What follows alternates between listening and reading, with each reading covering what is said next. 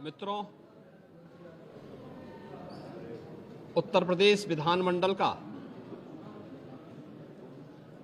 शीतकालीन सत्र आज से प्रारंभ हो रहा है। शीतकालीन सत्र में प्रतिभाग करने के लिए आ रहे सभी माननीय सदस्यों का मैं हृदय से स्वागत करता हूं। आज से 24 दिसंबर तक शीतकालीन सत्र में माननीय सदस्यों को सदन में अपने मुद्दों को उठाने, उत्तर प्रदेश की जनता के हित में और उत्तर प्रदेश के विकास से जुड़े हुए तमाम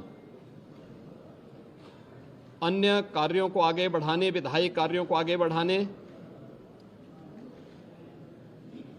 और विभिन्न विभागों में जो नई मद हैं उनके लिए सप्लीमेंट्री डिमांड्स के लिए भी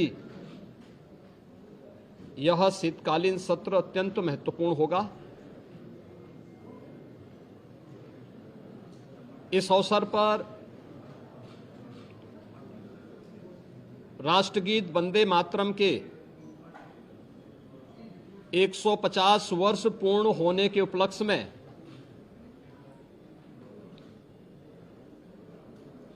एक महत्वपूर्ण चर्चा और वंदे मातरम गीत के रचयिता के प्रति कृतज्ञता ज्ञापित करने का भी एक अवसर उत्तर प्रदेश विधानमंडल के सामने होगा, क्योंकि उत्तर प्रदेश की स्थापना का दिवस और राष्ट्रगीत के रूप में वंदे मातरम को भारत के संविधान के अनुसार मान्यता प्राप्त होने का नोटिफिकेशन एक ही तिथि इस महत्वपूर्ण इवेंट के लिए है और उत्तर प्रदेश की विधान मंडल में इस पे चर्चा इसलिए अत्यंत महत्वपूर्ण होगी। कल सर्वदलीय बैठक में हम लोगों ने सभी दलीय नेताओं से इस बारे में अनुरोध किया है कि सरकार प्रत्येक मुद्दे पर चर्चा कराने के लिए तैयार है। सरकार विकास से जुड़े हुए मुद्दों पर एक सकारात्मक रुख है और सभी दलों का हमें विधानसभा सत्र को संचालित करने के लिए उनके सहयोग की भी अपेक्षा है। देश का सबसे बड़ा विधानमंडल सुचारू रूप से संचालित हो और ये अब तक लगातार एक सही दिशा में आगे बढ़ा है, क्योंकि लोकतंत्र से जुड़े हुए पवित्र स्थल जब चर्चा पर चर्चा का विषय बनते हैं तो जन विश्वास पर जनप्रतिनिधि खरा उतरता है। हमारी इच्छा थी कि सत्र अधिक दिन चले, लेकिन माननीय जनप्रतिनिधिगण ज्यादातर वर्तमान में मतदाता सूची की जो विशेष पुनरीक्षण की कार्रवाई चल रही है इस कार्यक्रमों में लगे हैं और यह लोकतंत्र की शुचिता, पारदर्शिता और प्रभावी होने के लिए अत्यंत महत्वपूर्ण भी है। तो विभिन्न जनप्रतिनिधियों ने इस संबंध में अनुरोध भी किया था कि आवश्यक विधायी कार्य और सप्लीमेंट्री डिमांड्स के साथ ही कुछ महत्वपूर्ण अन्य कार्यों को लेने के बाद वंदे मातरम पर चर्चा परिचर्चा के उपरांत अगर इसे हमें आगे के कार्य के लिए SIR की इस कार्रवाई को जो भारत निर्वाचन आयोग के मार्गदर्शन में चल रही है इसके लिए समय मिल जाता, तो इसलिए इसे आज से 24 दिसंबर तक विधानमंडल की इस कार्रवाई का हमने सत्र रखा है और मुझे पूरा विश्वास है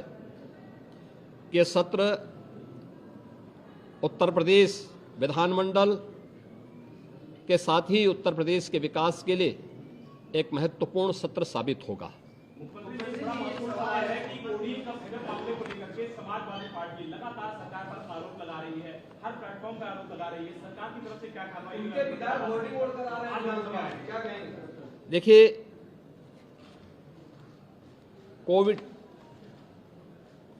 कोडिन फास्फेट यह एनडीपीएस के अंतर्गत आने वाला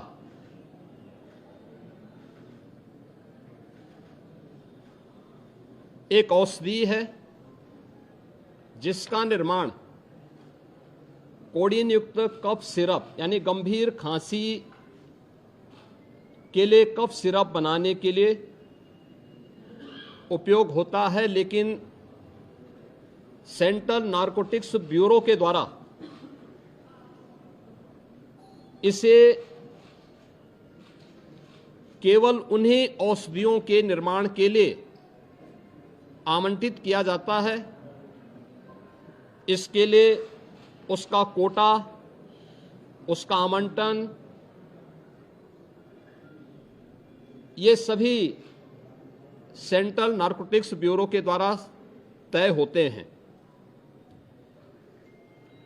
इस मामले इसकी यह कफ सिरप तमाम जगहों पर नशीले पदार्थों के रूप में इसके दुरुपयोग की शिकायतों के बाद इस पे हम लोगों ने कार्रवाई की थी, क्योंकि अवैध रूप से इसकी तस्करी की शिकायतें आई थीं और ये उत्तर प्रदेश पुलिस ने एनडीपीएस, जो उत्तर प्रदेश का एफएसडीए विभाग है, इसके नेतृत्व में हम लोगों ने उसको एनडीपीएस के दायरे में लिया, क्योंकि माननीय उच्चतम न्यायालय ने भी इसको इस रूप में माना है और इस पे कार्रवाई प्रारंभ की है। यह कार्रवाई उत्तर प्रदेश सरकार के द्वारा एफएसडीए, यूपी पुलिस और एसटीएफ इनके द्वारा प्रारंभ की गई है, जिसमें अब तक हम लोग काफी बड़े पैमाने पर इसके अवैध तस्करी के प्रकरण को पकड़े हैं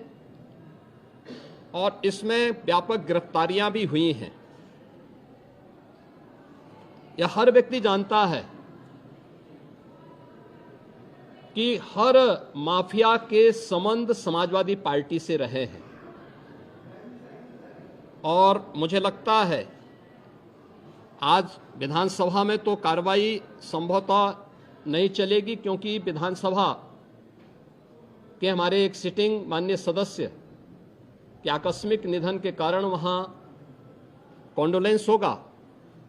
लेकिन विधान परिषद में हमारे विधान परिषद के नेता सदन इस मुद्दे को वहां पर अगर उठेगा तो जरूर इस मुद्दे को वहां पे रखेंगे, अन्यथा हमारी ओर से कोई मान्य सदस्य बाहर भी अगर सदन में उठेगा ठीक है, बाहर उठेगा तो बाहर भी उसका जवाब देगा। लेकिन प्रारंभिक जांच में सामने आया है कि उससे जुड़े हुए जिन अभियुक्तों को एसटीएफ या यूपी पुलिस की कार्रवाई में पकड़ा गया है, उनके कुछ संबंध समाजवादी पार्टी से सामने आए हैं और समाजवादी पार्टी जो अपने कार्य के अनुरूप जिसका जो बदनाम हो चुकी है और पहले से कुख्यात है, इस पूरे मामले में भी उसकी संलिप्तता आएगी। चूंकि एसआईटी, एक राज्य स्तर की एसआईटी इस पूरे मामले की निगरानी कर रही है, जिसमें यूपी पुलिस, एफएसडीए, इनसे जुड़े हुए सभी अधिकारी मौजूद हैं। इनके अवैध रूप से तस्करी के साथ साथ इससे जुड़े हुए अन्य जो महत्वपूर्ण पहलू होंगे, किन किन लोगों के पास ये धन गया है, ये बातें भी सबके सामने आएंगी और इस बारे में पूरी रिपोर्ट आने के बाद ही इसके बारे में कुछ कहा जा सकता है। लेकिन ये जरूर मैं कह सकता हूँ कि जो सपा प्रमुख के द्वारा कहा जा रहा है, ये वही स्थिति है कि यही कसूर मैं बार बार करता रहा, धूल चेहरे पर थी और आईना साफ करता रहा। यानी फोटो इनकी है उन माफियाओं के साथ, तो स्वाभाविक रूप से अवैध लेन देन में भी संलिप्तता कहीं ना कहीं सामने आएगी। जांच आने दीजिए, दूध का दूध और पानी का पानी सबके सामने आएगा। धन्यवाद जी।